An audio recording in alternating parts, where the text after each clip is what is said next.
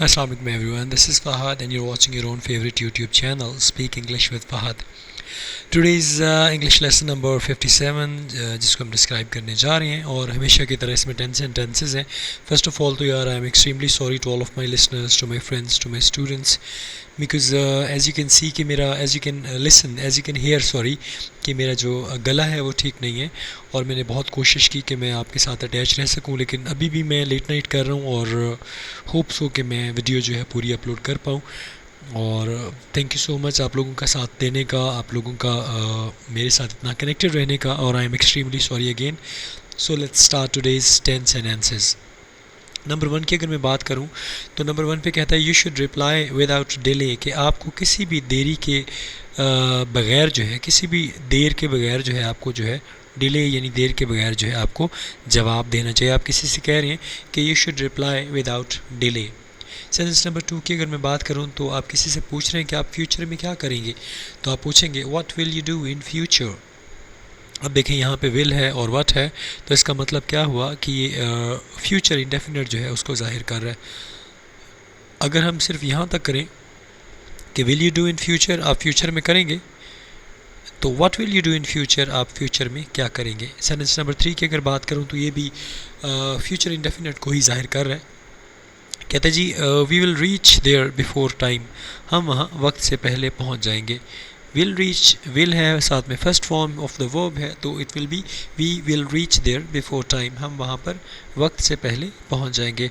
अच्छा, नेगेटिव करना है तो we will not reach there before time, will we reach there before time, और will we not reach there before time. Sentence number 4 की बात करें तो दो चीज़ें पूछी गई हैं और टेंस जो है पास्ट है. पास्ट कैसे है, जैसे मैंने आपको समझाया था कि जहाँ पे भी डिड आ जाएगा, एज यू कैन सी कि यहाँ पे जो है डिड जो है ये मेंशन है. देखें when and where did he meet you, वो आपको कब और कहाँ मिला. अच्छा, did he meet you, क्या वो आपको मिला. where did he meet you, वो आपको कहाँ मिला. when and where did he meet you, वो आपको कब और कहाँ मिला. ये यहाँ पे डबल इंटेरोगेटिव भी है, did है और meet, यहाँ पे ये जो meet नज़र आ रहा है आपको ये मेन वर्ब है. फर्स्ट फॉर्म इसलिए है बिकॉज हमारे पास यहाँ पे आप देखिए कि ये जो did आ गया तो it is already A second form, question mark में है, तो जो मेन वर्ब होगा उसकी हम फर्स्ट फॉर्म इस्तेमाल करेंगे. सेंटेंस नंबर 5 की अगर मैं बात करूं तो what else can be done, इसके अलावा क्या हो सकता है. आप किसी से पूछ रहे हैं कि मैंने ये तो कर दिया लेकिन इसके अलावा कुछ हो सकता है, तो आप इंग्लिश में पूछेंगे what else can be done, इसके अलावा क्या हो सकता है. सेंटेंस नंबर 6 की अगर बात मैं करूँ तो आप किसी से पूछ रहे हैं कि आप क्या काम करते हैं. What work do you do, आप क्या काम करते हैं. अच्छा, यहाँ पे ना एक सेंटेंस बड़ा कंफ्यूज करता है. लोग कहते हैं हाउ डू यू डू का मतलब है आप क्या करते हैं, जबकि हाउ डू यू डू का मतलब है आप कैसे हैं. और what work do you do, what work कौन सा काम, डू यू डू. अब डू जो है बेसिकली यहाँ पे हेल्पिंग वर्ब है प्रेजेंट इंडेफिनिट टेंस का, और ये जो डू है ये वर्ब की फर्स्ट फॉर्म है. सेंटेंस नंबर 7 की अगर बात करें तो your success will make me happy, आपकी कामयाबी मुझे खुश कर देगी. अच्छा, खुश करने की इंग्लिश क्या होती है जी, मेक हैप्पी, और मुझे खुश कर देगी तो मेक मी हैप्पी. विल और मेक जो है ये जाहिर कर रहे हैं कि ये फ्यूचर इंडेफिनिट है, विल हेल्पिंग वर्ब है फ्यूचर का, और मेक जो है फर्स्ट फॉर्म है वो आपकी. Your success will not make me happy, will your success make me happy, yes your success will make me happy. Sentence number 8 की अगर बात करें तो कहता है कि जी we have been living in this country since childhood.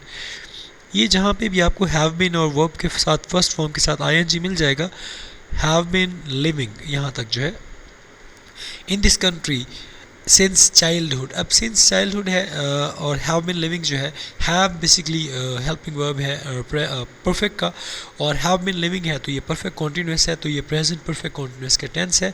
अच्छा, सिंस और फॉर का कॉन्सेप्ट मैं आपको समझा दूँ. जहाँ पे आपको आपका कोई एक्शन जो है उसका स्टार्टिंग पॉइंट दे दिया जाए, जैसे उन्होंने बताया कि हम बचपन से इस मुल्क में रह रहे हैं, तो मतलब आप कब से रहे हैं, आपका स्टार्टिंग पॉइंट दे दिया. अगर कहें कि जी हम 4 दिन से रह रहे हैं, यानी अमाउंट ऑफ टाइम अगर आ जाए तो हम क्या लिखेंगे, फॉर 4 डेज़. सिंस का मतलब जहाँ पे आपका स्टार्टिंग टाइम हो, और फॉर का मतलब जहाँ पे आपने अमाउंट ऑफ टाइम जो है उसको आपने कंसिडर करना है या आपको अमाउंट ऑफ टाइम बताई जाती है. सेंटेंस नंबर 9 की अगर बात करें तो I have already made the payment, मैं पहले ही रकम अदा कर चुका हूँ. अब इसमें देखें हैव आ गया जी, हेल्पिंग वर्ब किसका है, past and sorry present perfect का, ऑलरेडी नॉर्मल है, टाइम के बारे में बताया गया। और मेड जो है ये वर्ब की थर्ड फॉर्म है, make, made, made. I have already made the payment, मैं पहले ही रकम अदा कर चुका हूँ। मैंने पहले ही रकम अदा कर दी है। अच्छा, मैंने पहले रकम अदा कर दी थी, I had already made the payment. और have I already made the payment, क्या मैं पहले ही रकम अदा कर चुका हूँ। या have I not already made the payment, क्या मैं पहले ही रकम अदा नहीं कर चुका हूँ। सो आप इनको तीनों सेंटेंसेस में चेंज कर सकते हैं। सेंटेंस नंबर 10 और यानी आज का लास्ट सेंटेंस की अगर बात करें तो they are extremely rude people, तो बहुत ज़्यादा बदतमीज़ लोग हैं। दे आर रूड पीपल, वो बदतमीज़ लोग हैं। आर दे रूड पीपल, क्या वो बदतमीज़ लोग हैं। They are not extremely rude people, वो इतने ज़्यादा बदतमीज़ लोग नहीं हैं। प्रेजेंट सिचुएशन को जाहिर किया गया है और यहाँ पे जो है जो मेन वर्ब है वो क्या है, जहाँ जो आपके सामने है वो है आर।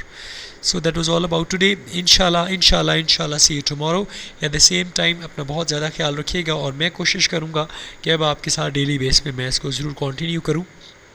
मुझे दुआ में याद रखिएगा, अपना ज़्यादा सा ख्याल रखिएगा और प्लीज़ प्रे कि मैं बिल्कुल ठीक हो जाऊँ और आपके साथ दोबारा कांटेक्ट में आ जाऊँ। अस्सलाम वालेकुम, अल्लाह हाफ़िज़।